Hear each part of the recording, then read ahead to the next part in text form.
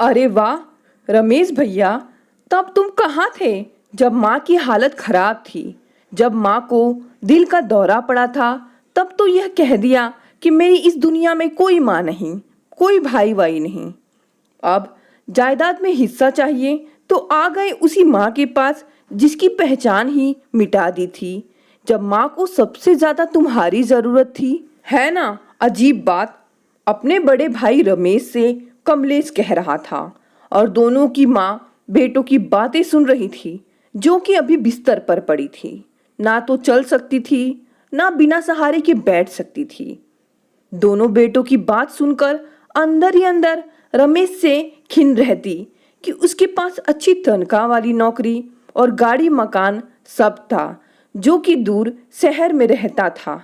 इतना कुछ होने के बावजूद भी कभी छोटे भाई कमलेश की मदद करने को ना आता और ना ही गांव में आने की फुर्सत थी कि माँ और छोटे भाई को देख ले कि किस तरह कष्ट भरी जिंदगी जी रहे हैं, कैसे किस हालत में रह रहे हैं। खेती बाड़ी संभालने वाला कमलेश बचपन से ही बहुत ही परिश्रमी और लगनी है।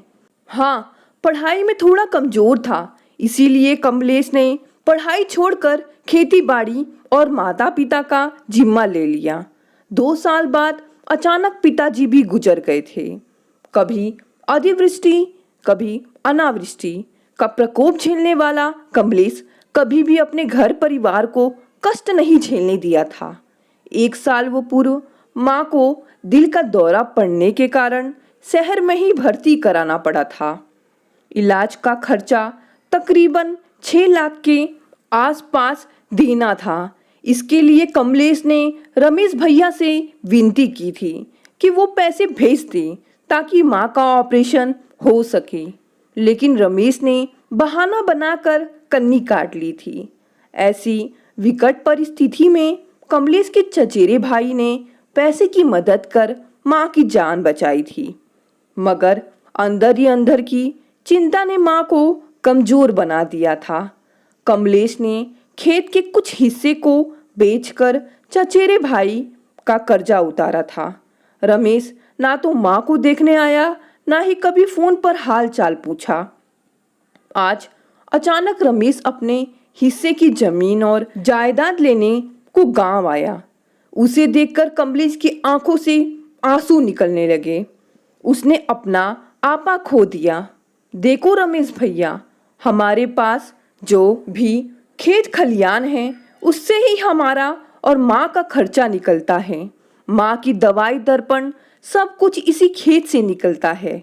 इसमें से आधा आपको दे दिया जाए तो हम लोग भूखे मर जाएंगे।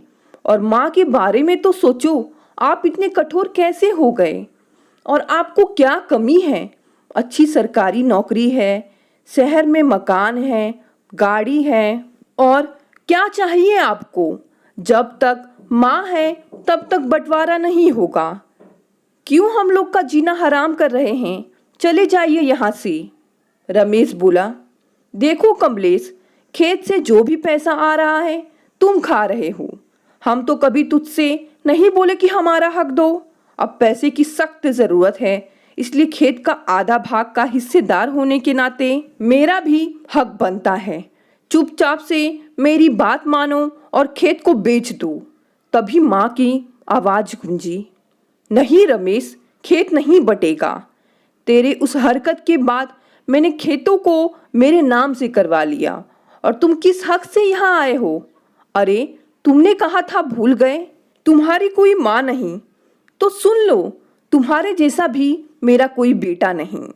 अरे मेरी जरूरत पड़ने पर तुम तो मुझे माँ भी कहने से शर्मा गए।